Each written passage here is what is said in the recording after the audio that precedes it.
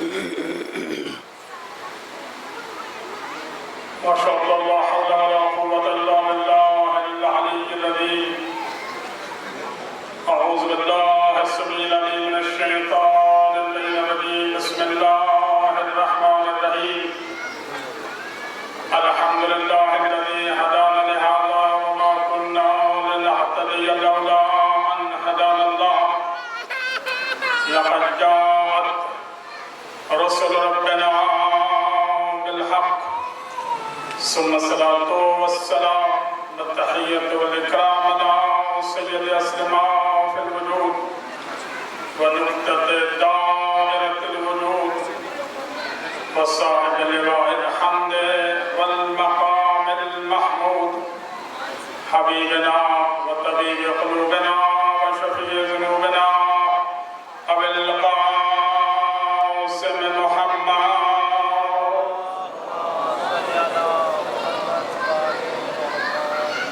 ثم الصلاة والسلام على آله الطيبين الطاهرين المعصومين المنتجبين المنتخبين. أما بعد، بسم الله الرحمن الرحيم. ومن آياته خلق السماوات والأرض واختلاف ألسنتكم وألوانكم إن في ذلك لآيات للعالمين. صلوات.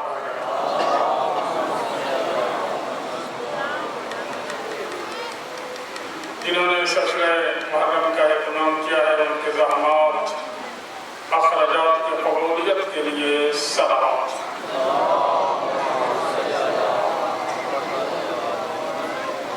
جو حاضرین اس وقت موجود ہیں ان کے لیے مقاصد کی برابری کے لیے صلوات.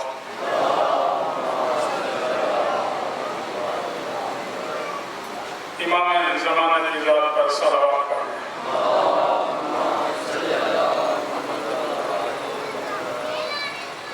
آپ کی آواز سے ایسا لگ رہا ہے کہ میں بھی نمبر چھوڑ مل کے ذرا صلوات پڑھ رہے ہیں.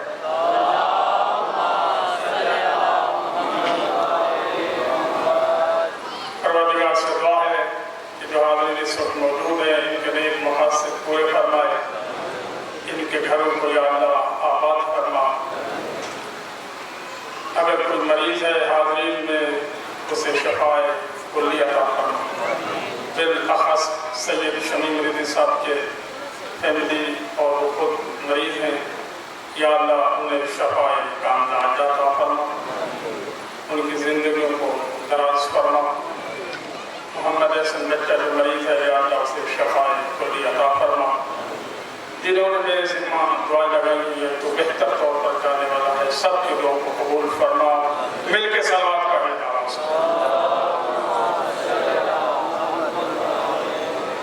عزت محترم خالق کائنات مقدس کتاب میں ارشاد فرما رہا ہے کہ وَمِنْ آیَاتِهِ خَلْقُ السَّمَاوَاتِ وَالْأَرْضِ، کہ میری نشانیوں میں سے ایک نشانی یہ ہے کہ زمین اور آسمان کی خلقت،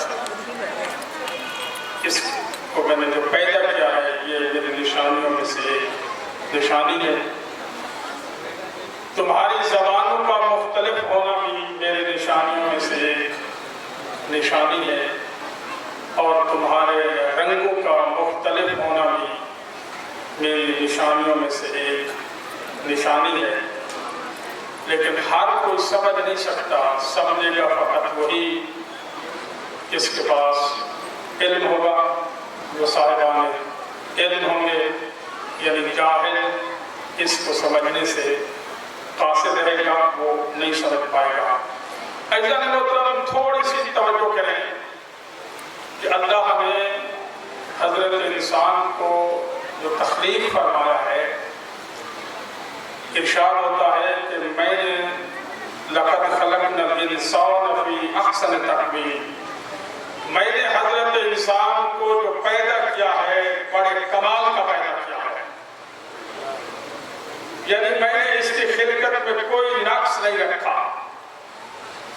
اشرف المخلوقات ہے. اگر دوسری مخلوقات سے تقابل کریں تو صفات کے اعتبار سے دوسری مخلوقات ہم سے بہتر نظر آتی ہے صفات میں. مثلا دیکھنے کی جو صلاحیت ہے اس کا مقابلہ کریں دوسرے جانوروں سے. ایک چھوٹا سا جانور ہے اور رات کی تاریکی میں دیکھتا ہے. اگر ابھی لاگ رات ہو جائے تو کتنے بیٹھے نوجوان کچھ نظر آنے والا نہیں.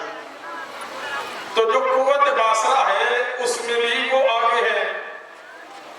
قوت شامہ سنگنے کی صلاحیت میں بھی وہ ہم سے آگے ہے. یعنی مثلا ایک جانور کو 30 کلومیٹر تک وہ اپنے شکار کو سونگھ کر تلاش کر لیتا ہے. دوڑنے کی صلاحیت بھی وہ ہم سے زیادہ رکھتے ہیں. کھانے پینے کو ہضم کرنے میں بھی وہ ہم سے اعلیٰ ہیں. یعنی آپ کی ذریعہ گھر میں دیتے ہیں وہ ایک مختلف مرحلوں سے گزرتی ہے. اس کو کاٹا جاتا ہے, پھر آنگی میں پکایا جاتا ہے, نہ زیادہ کچی ہو نہ پکی ہو, اور پھر اس کو کھانے کے بعد پھر بھی مختلف دوائیوں کا سہارا لیا جاتا ہے. اگر 40-50 سال کے اوپر ہو گئے ہیں تو پھر تو یہ مسئلہ رہتا ہی ہے. توجہ نہیں داری محترم. لیکن دوسرے جانور کو دیکھیں وہ ڈائریکٹ لیتا ہے اور کھا لیتا ہے, وہ ہضم کر لیتا ہے.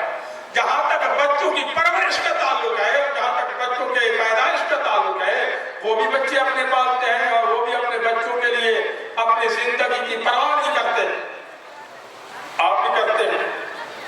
تو پھر تمام صفات میں وہ جانور ہم سے آگے جا رہے ہیں.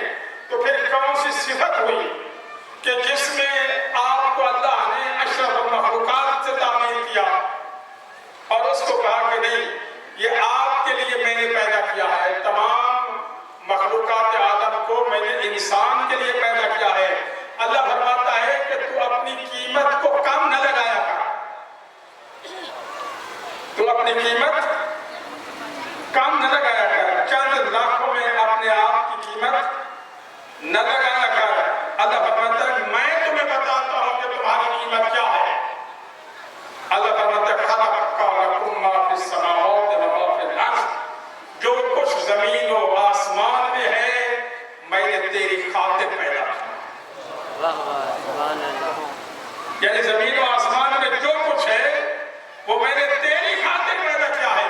تو اپنی قیمت کو کم نہ لگایا کر. عزیزان محترم, اللہ فرماتے ہیں حضرت ذوالقرنین یہ وہ واحد نبی ہیں کہ جن کو میں نے سیر کرائی. آپ بھی سیر پہ جاتے ہیں, ادھر ادھر جاتے ہیں, لیکن اللہ قرآن مجید میں ذکر فرما رہا ہے میں نے حضرت ذوالقرنین کو سیر کرائی. کہاں سے؟ وہ جگہ کی سیر کرائی جہاں پہ سورج طلوع ہو رہا تھا, اور اس جگہ کی سیر کرائی جہاں پہ سورج غروب ہو رہا تھا. تو کیسا منظر ہوگا نبی کے لیے. یعنی جہاں پہ سورج طلوع ہو رہا تھا وہ جگہ, اور وہاں سے لے کر وہاں تک جہاں پہ سورج غروب ہو رہا تھا وہاں تک اللہ فرماتا ہے میں نے حضرت ذوالقرنین کو سیر کرائی اور میں نے اس کو اپنے وسائل سے نعمتوں سے نوازا, اور میں نے ایک قوم میں بھیجا کہ تیری مرضی پہ منحصر ہے, تو جیسے چاہے فیصلہ کر. حضرت ذوالقرنین جا رہے تھے, سیر کر رہے تھے, اور اس قرآن میں لفظ ہے کہ انہوں نے دیکھا حضرت ذوالقرنین نے کہ سورج ایک سیاہ چشمے کے اندر, سیاہ کیچڑ کے اندر غروب ہو رہا ہے. توجہ ہے, سیاہ کیچڑ عین حمیرہ, سیاہ کیچڑ کے اندر یہ سورج ڈوب رہا. اب مفسرین بتاتے ہیں کہ اللہ دکھانا یہ چاہتا تھا کہ یہ جو سورج ہے جو پوری کائنات کو روشن کرتا ہے, جب میں اسے غروب کرتا ہوں تو اس جگہ غروب کرتا ہوں. ایک یہ ہے کہ نہیں حضرت ذوالقرنین کو لا کیسے رہا تھا کہ دور سے کہ یہ سیاہ خیر ہے اس میں سورج غائب ہو گیا ہے. 12,000 کو تو بات کرنے کا مقصد حضرت ذوالقرنین آ رہے تھے اور راستے میں ایک شخص کھڑا تھا عبادت کر رہا تھا. حضرت ذوالقرنین اس کی عبادت سے بڑا متاثر ہوئے اور ان کے پاس آ گئے. کہنے کہ میں گیا تھا, آپ عبادت میں مشغول تھے اور اب واپس آیا ہوں آپ کے پاس. توجہ چاہوں گا, حضرت ذوالقرنین کہتے ہیں میری خواہش یہ ہے کہ میں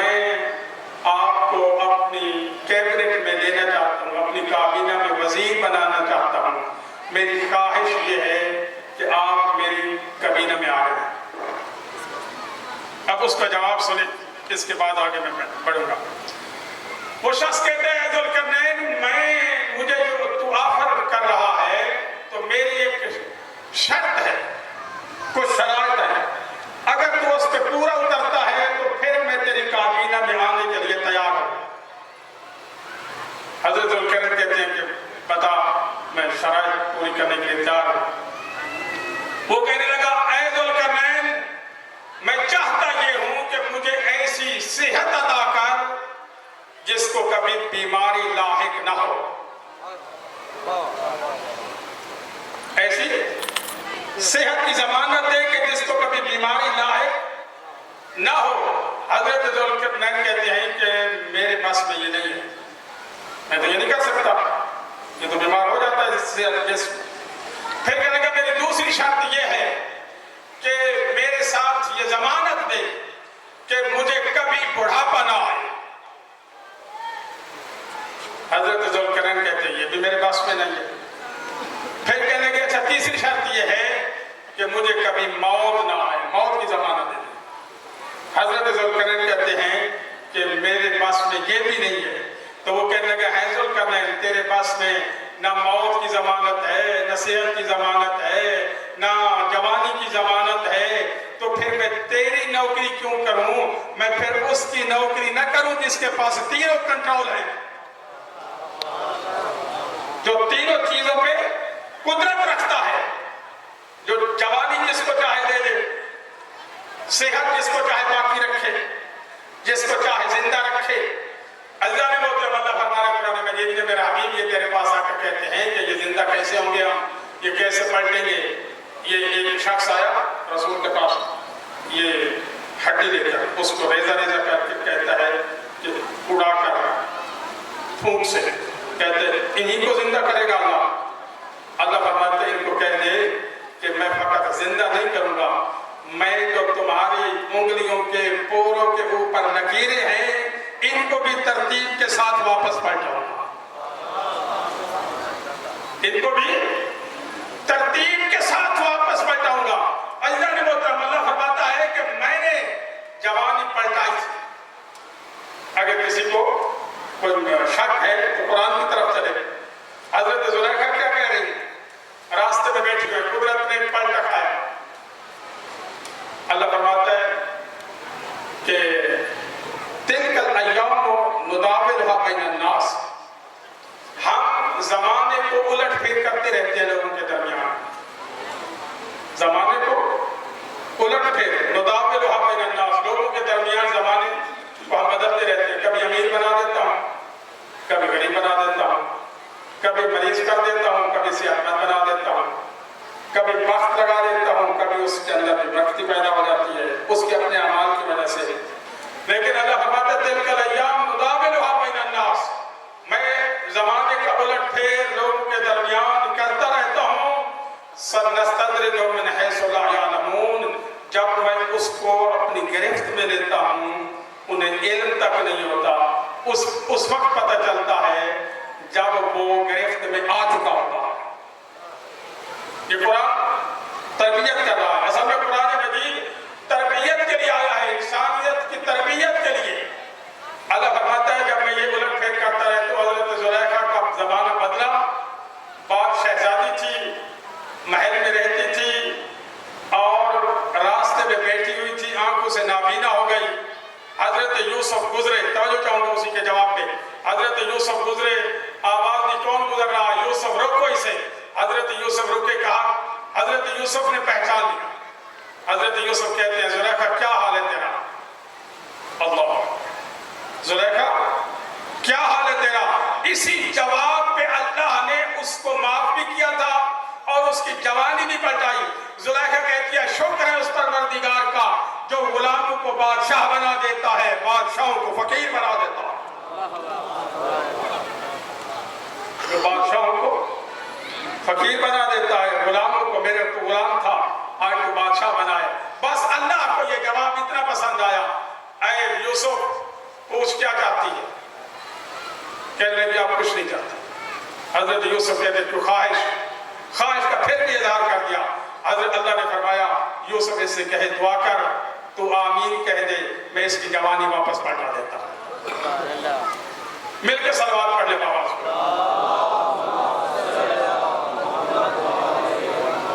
تو عرض کرنے کا یہ تمام واقعات اللہ قرآن مجید میں ذکر کرتا ہے کہ ان لوگوں کو بتا میرا حبیب کہ میں نے ان لوگوں کے ساتھ ایسا ایسا سلوک کرتا تھا، اور یہ کتاب جانی ہے قیامت تک، رسول کی نبوت جانی ہے قیامت تک، اور نبوت اور رسالت میں آج میں فرق بتاتا چلوں، نبوت اور رسالت میں فرق کیا ہے؟ توجہ ہے کہ اس کو نبوت ہے، اس کو رسالت ہے، کیا فرق ہے؟ جو نبی ہوتا ہے وہ اپنے گھر میں رہتا ہے، ان کے لیے لازم نہیں ہوتا کہ وہ باہر جا کر تبلیغ کرے۔ رسول کے لیے لازم ہے کہ وہ باہر نکلے اور لوگوں کو اکٹھا کر کے تبلیغ کرے۔ لہذا جو صاحب رسالت ہوتے ہیں نبی، اس کے لیے شریعت بھی آتی ہے، وہ باہر نکلتے ہیں، لوگوں کے ساتھ بات کرتے ہیں، تکالیف سہتے رہتے ہیں، لوگوں کے پاس رہتے ہیں، لوگوں کو وصیت کرتے رہتے ہیں، نصیحت کرتے رہتے ہیں، مگر اب لوگوں کی مرضی پہ منحصر ہے۔ حضرت نوح علیہ السلام 900 سال تبلیغ کرنے کے بعد چند لوگ ایمان میں آئے۔ حضرت نوح فرماتے ہیں پروردگار میں تو تھک چکا ہوں 900 سال، اس لیے میں گھبراتا نہیں ہوں، کبھی کوئی بات مانے یا نہ مانے، مجھے قرآن مجید سہارا دیتا ہے کہ نہ میں نبی ہوں نہ میں کوئی بہت بڑا عالم ہوں، اگر کوئی نصیحت پہ عمل۔ حضرت نوح علیہ السلام 900 سال تبلیغ کرنے کے بعد دعا کر رہے ہیں پروردگار اب ان میں سے ایک کو بھی زندہ نہ چھوڑ، میں نے دن کو بلایا، میں نے رات کو بلایا، میرے پاس یہ آتے نہیں تھے، یہ فرار کرتے تھے۔ عزیزان محترم، اللہ قرآن مجید میں گلہ کر رہا ہے آپ لوگوں سے، بلکہ عوام سے۔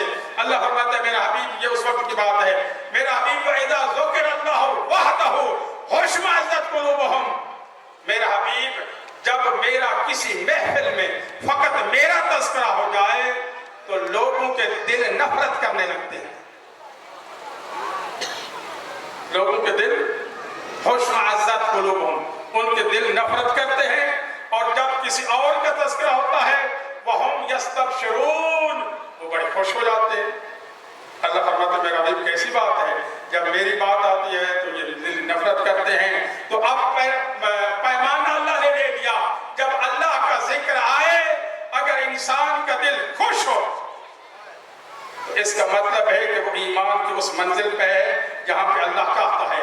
مل کے صلوات پڑھنے بابا سے بلا۔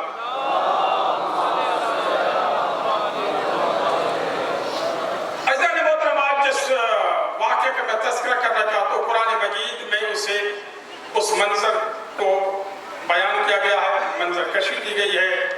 اللہ فرماتا ہے میرا حبیب وَإِن ضَاقَتِ الْأَبْصَارُ وَبَلَغَتِ الْقُلُوبُ الْحَنَاجِرَ وَتَظُنُّونَ بِاللَّهِ الظُّنُونَ وَإِذْ يَقُولُ الْمُنَافِقُونَ وَالَّذِينَ فِي قُلُوبِهِم مَّرَضٌ مَّا وَعَدَنَا اللَّهُ وَرَسُولُهُ إِلَّا غُرُورًا وَقَالَتْ طَائِفَةٌ مِّنْهُمْ يَا أَهْلَ يَثْرِبَ فَارْجِعُوا لَا مُقَامَ لَكُمْ فَارْجِعُوا وَيَسْتَأْذِنُ فَرِيقٌ مِّنْهُمُ النَّبِيَّ إِنَّ بُيُوتَنَا عَوْرَةٌ وَمَا هِيَ بِعَوْرَةٍ إِن يُرِيدُونَ إِلَّا فِرَارًا۔ سورہ احزاب کی آیات کی میں نے تلاوت کی ہے، جس میں اللہ ایک واقعے کی طرف اشارہ فرما رہا ہے۔ اللہ فرما رہا ہے وَإِذْ ضَاقَتِ الْأَبْصَارُ وَبَلَغَتِ الْقُلُوبُ الْحَنَاجِرَ وَتَظُنُّونَ بِاللَّهِ الظُّنُونَ، کہ جب ان لوگوں کی آنکھیں باہر آ گئی تھیں، وَبَلَغَتِ الْقُلُوبُ الْحَنَاجِرَ، ان کے دل باہر نکل کر حلق میں اٹک گئے تھے، اور وَتَظُنُّونَ بِاللَّهِ الظُّنُونَ، یہ اللہ کے بارے میں بدگمانیاں کرنے لگ گئے تھے۔ وَهُنَالِكَ ابْتُلِيَ الْمُؤْمِنُونَ وَزُلْزِلُوا زِلْزَالًا شَدِيدًا، اللہ فرماتا ہے اس منزل پہ میں نے مومنون کو آزمایا، وَزُلْزِلُوا زِلْزَالًا شَدِيدًا، میں نے جھٹکے پہ جھٹکا دیا اور بڑے شدید جھٹکے تھے، میں نے مومنین کی آزمائش کی۔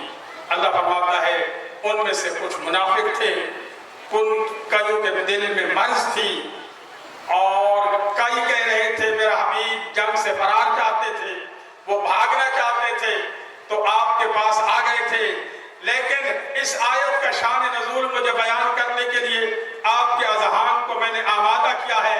آج آپ کے اذہان کو میں چیک کروں گا کہ آپ کس طرح میرے ساتھ چلتے ہیں. ایک مرتبہ مل کے صلوات پڑھیں.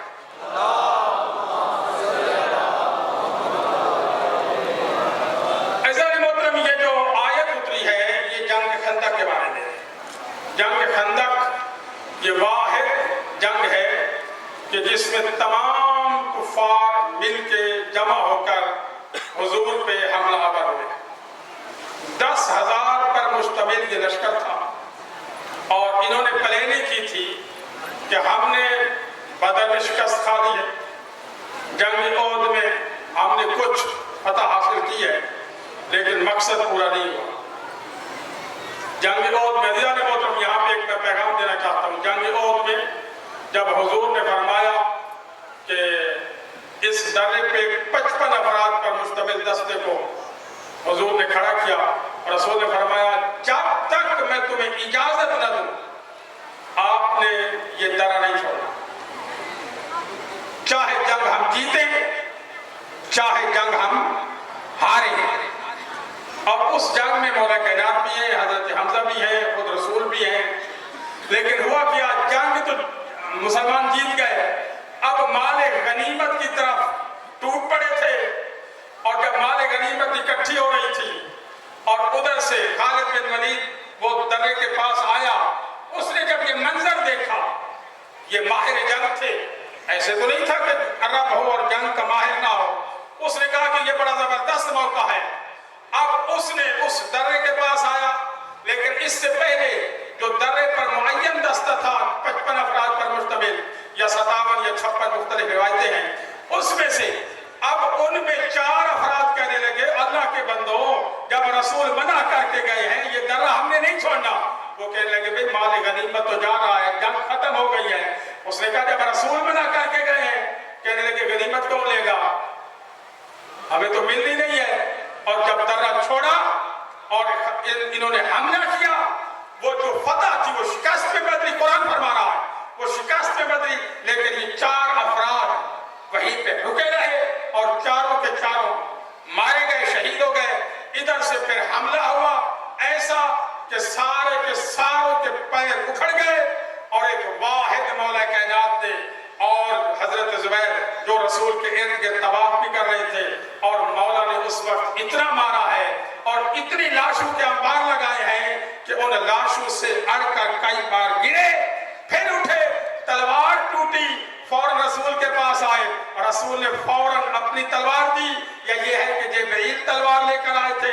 میں اتنا عرض کرتا ہوں اگر جبرائیل لے کر آئے اس تلوار کی فضیلت کم تھی، جو رسول اپنی تلوار دے اس کی زیادہ ہے. نعرہ تکبیر، نعرہ رسالت، نعرہ حیدری.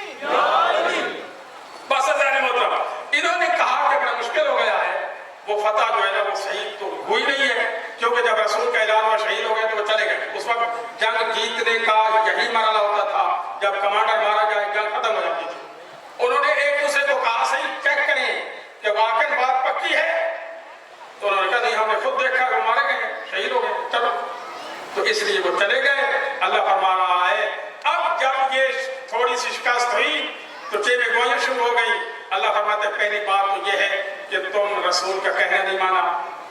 اب پتہ چلا جب قانون کی خلاف ورزی ہوتی ہے، اسباب کی خلاف ورزی ہوتی ہے، بھلے خود رسول موجود ہوں، مولا کائنات موجود ہوں، حضرت حمزہ اس پہ شہید ہو گئے، لیکن اس وقت وہی اثرات مرتب ہوتے ہیں جو اسباب کے ذریعے مرتب ہوتے ہیں. اللہ قرآن مجید میں فرما رہا ہے تسلی دیتے ہوئے کہ تمہیں شکست ہوئی ہے، تم اتنے دل برداشت نہ ہو. بدر میں انہوں نے تو بھی چوٹ کھائی ہے، اب تھوڑی سی چوٹ کھا لی ہے تو پریشانی ہوتے ہو، حوصلہ رکھو. ادھر سے کفار مکہ نے سب نے مل کر پلان بنایا کہ ایک مرتبہ سارے اکٹھے ہوں اور اس نعوذ باللہ من ذالک اس اسلام کو مکمل طور پر ختم کر دیا جائے. پورے عرب میں انہوں نے سرکولیٹ کیا اور موٹیویٹ کیا لوگوں کو. ہر قبیلے کے افراد شامل تھے، حتیٰ کہ وہ قبیلے جنہوں نے رسول سے معاہدہ کیا ہوا تھا وہ بھی معاہدہ توڑتے ہوئے حضور انہیں منع کرتے رہے، لیکن وہ ان کی طرف چلے گئے اور 10,000 پر مشتمل لشکر تیار ہوا. ادھر سے اللہ نے آواز دی اے میرا حبیب 10,000 کا لشکر تیار ہو رہا ہے،